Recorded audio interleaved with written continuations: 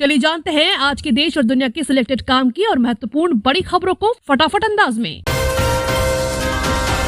चुनाव से पहले मोदी सरकार का तोहफा, इन लोगों को मिलेंगे 50,000। केंद्र की इस योजना से रेहड़ी पटरी वालों को मामूली पेपर वर्क के तहत लोन दिया जा रहा है। तय मानकों के आधार पर इस योजना में लोन पर सब्सिडी भी दी जाती है।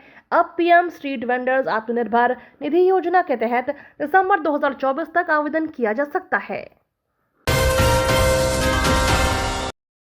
11 दिसंबर को पीएम मोदी करेंगे समृद्धि महामार्ग का शुभारंभ।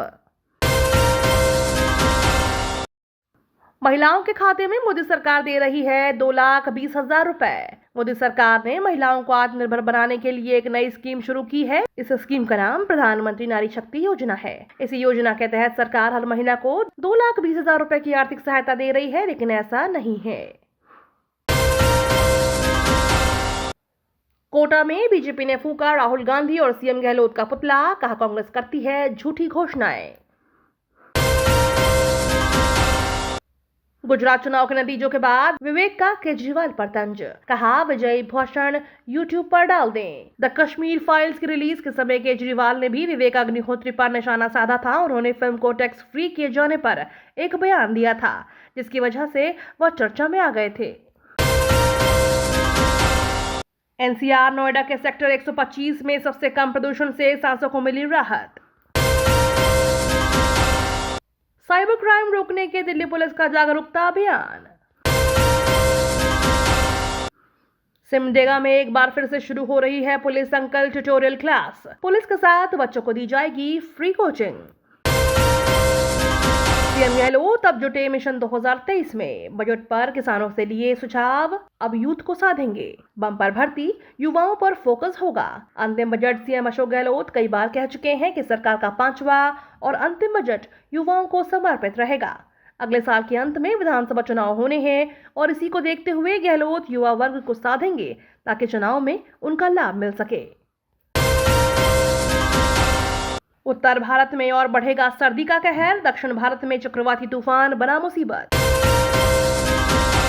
नितिन गडकरी ने किया ऐलान, 19 दिसंबर को लॉन्च होगा देश का पहला surety bond insurance product. Bharat आगामी 19 दिसंबर को अपना पहला surety bond insurance product launch करने जा रहा है। केंद्रीय मंत्री नितिन गडकरी ने बताया कि इसे इंफ्रास्ट्रक्चर सेक्टर में लिक्विडिटी को बढ़ावा देने के लिए लॉन्च किया जा रहा है। महंगाई से मिली राहत। नवंबर में 6.4% रहने का अनुमान। खाने पीने की चीजों से घटे दाम। रिटेल महंगाई अभी भारतीय रिजर्व बैंक के तय सीमा से ज्यादा है। महंगाई को काबू करने के लिए इस साल रिजर्व बैंक 5 बार रेपो रेट में बढ़ोतरी कर चुका है। इंडियन रेलवेज ने आज 222 ट्रेनें रद्द की। भारतीय रेलवे IRCTC ने आज 222 ट्रेनें रद्द की हैं। ट्रेन रद्द करने का कारण सर्दी, कोहरा, मेंटेनेंस और ऑपरेशनल बताया गया है। नए साल में बढ़ेगी सरकारी कर्मचारियों की सैलरी। फिटमेंट फैक्टर रिवाइज होने से 26,000 रुपए हो जाएगी न्यूनतम बेसिक सैलरी। किसानों की आय होगी दुगनी। पीएम किसान योजना की बढ़ेगी रकम। केंद्र सरकार करने वाली है बड़ा ऐलान। अमेरिका और चीन के बीच छिड़ सकता है स्पेस वॉर। दुनिया हो सकती है तहस नहस।